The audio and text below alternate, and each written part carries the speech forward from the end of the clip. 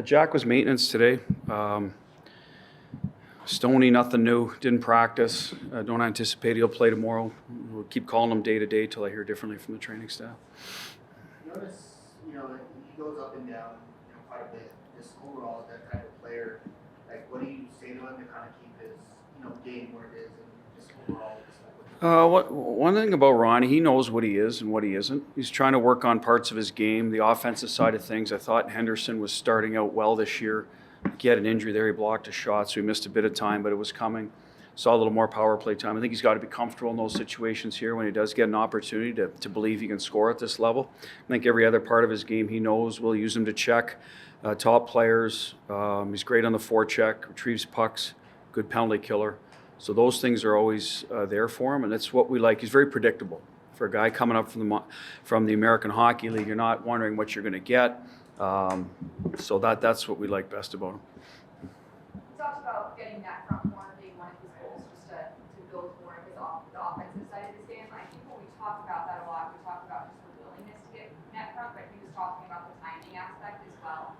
Can you speak to that and just what makes it not as easy as just wanting to get there? Yeah, no, he'll go there. He's got courage. So that's not the issue. It's, are you going to go there when the puck arrives? Are you going to be there on time? Are you going to outmaneuver the defenseman to get position?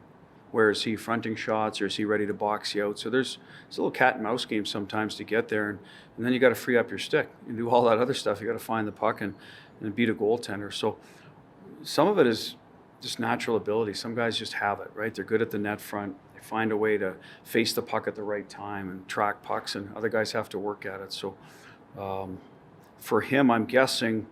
And some of this, actually, I think goes back to your youth and as you come through hockey. Like, he's a really good skater. So a lot of his offense when he was younger probably came with foot speed and outside drive and freeing up that way. And then you got to learn to add another skill to, a different way to score.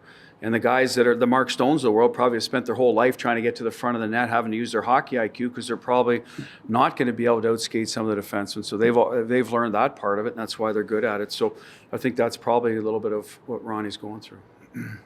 There's always that talk about... What's going on, Danny? Oh, yeah. Got a bad wheel there? Yeah. We Okay. There's always that talk when forwards finally find the score that things open up, like they start feeling very good about the game. With goalies, can it be the same thing? Like they make a couple saves here? I think so. I think it's happened with Aiden Hill for sure. You're just less, you're not overthinking every play. Goal scorers, right? Should I shoot? Should I not? Last time I shoot, you know what I mean? That's going through their head. By the time they figured it out on the ice, it's too late, right? They just have to be natural. They squeeze their stick a little harder around the front of the net when maybe they have the extra second, and they score one. All of a sudden, that kind of the weight lifts off you more mentally than anything. And I think for goaltenders, you make a few saves that you've maybe got beat with the previous games that you think are routine or you should be making. You start making them. The goals against goes down, then I think it just becomes natural. So I think every position has different elements to the game, but goaltenders absolutely. To me, goalies are so much about technique nowadays, just being in the right spot. Sometimes you get there, you're in the right spot, and the puck has eyes for a stretch of time. And you're like, geez, I'm taking away 95% of the net, and the puck's still going in, where that's pretty good, right? So then all of a sudden they start hitting you instead of going in, or they hit a post, and things go your way. So I think it's happened. We've watched it with Aiden. And I think he'd probably, listen, I don't want to speak for him, but he just looks more comfortable in there. It probably has something to do with it. Last time I spoke to you was right after the game in Seattle. And after looking at video, what's your perspective of that game now?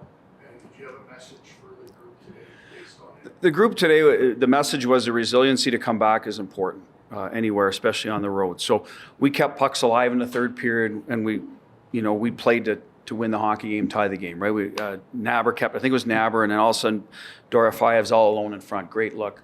Theo on the 6-on-5 goal keeps the puck alive. Another day, if he hesitates, might be down on our end into the empty net. Keeps it alive all of a sudden. Whether we got the face-off right after that, whatever, we kept it going. So that part I liked about our game. Our first period, I thought we had our legs. Actually, the whole game, that wasn't the issue. It was our puck play at times cost us some decisions, some reads. And I did mention that on the road, we seem to be less focused in those areas than at home for whatever reason. And I told them we're a we are a good road team, have been a good road team, will be a good road team.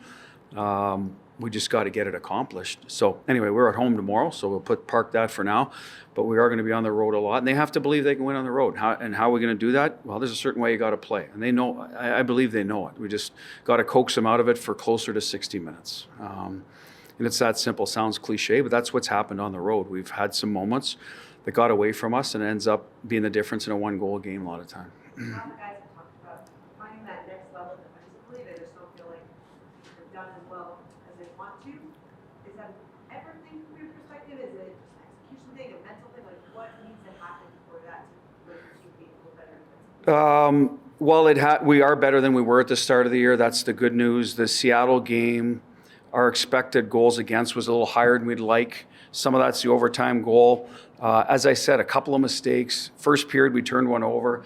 We wouldn't typically do, and they get two great chances, right? So if we just correct that, one breakout play, all of a sudden you're better defensively because you've managed the puck better. And I think that's where our defensive breakdowns have come, is predominantly puck management and then rush defense. And the rush defense we're working on it today. We're working on it every day, and some sort outs, right? So I think our in-zone, D-zone coverage for new players, they've got it pretty well. So I think we're a lot closer to a good defensive team than we were, say, 3 weeks ago. I hope the players feel that way because it shows when I watch the games. We're always going to have areas to work on, but that's the one area that if they can execute a little cleaner with the puck so we're not defending as much, and then on the flip side, the rush defense, if we sort out quicker, how is that? Is it the forwards tracking sooner? Is it our D having better gaps? Probably a little bit of everything. So that's where I think we're behind a little bit. And then I would say our goaltender looks more comfortable too. He's making timely saves, and that always gives you a lift. And maybe we weren't getting as many of those earlier on the road, even though the goals against are still similar numbers. But Edmonton was a good example. I thought we played a really good game against two high-end offensive center icemen. Got back to our game plan from years ago against them, and sure enough, they don't end up on the score sheet. Part of that's discipline too. We're not in the box much, so that's going to help your defensive game. Are you seeing signs on the rush defense? I am. I think it's when they stretch a guy out of the zone. So maybe on control breakouts, line changes, we're having trouble identifying. We're using 2D almost to cover them, so we lose ice in the middle, and they're gaining speed and access to our blue line. When they don't stretch the guy out, in this normal play, we've been very good, I think, at identifying, D, squash and slide, forward track through the middle, and we're breaking up a lot of plays that way. It's when they have a little extra time, they're stretching a guy out, we're just having trouble sort of communicating with one another. Okay, let's not both account for that. And as defensemen, it's hard because everybody stretches people out.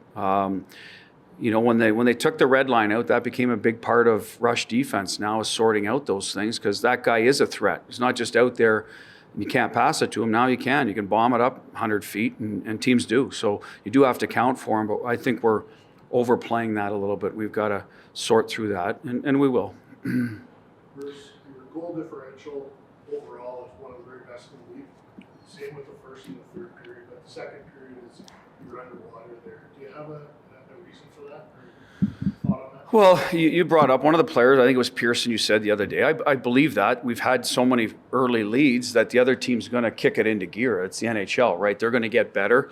And I don't even think it's us being complacent, thinking it's going to be easy. Yes, some nights. I think against Seattle the other night, we got into that a little bit, and it cost us. But we got it back, and that's why our third periods are good, because we do sort of say, hey, let's get back to work here. I just think that's the ebb and flow of games. It's hard to dominate all three periods. So at the end of the day, pucks are going in for us more in the first period. I don't know if that'll continue all year. It seems like we've had a really good first, especially at home. It just seems that way to me. So teams are going to bring it.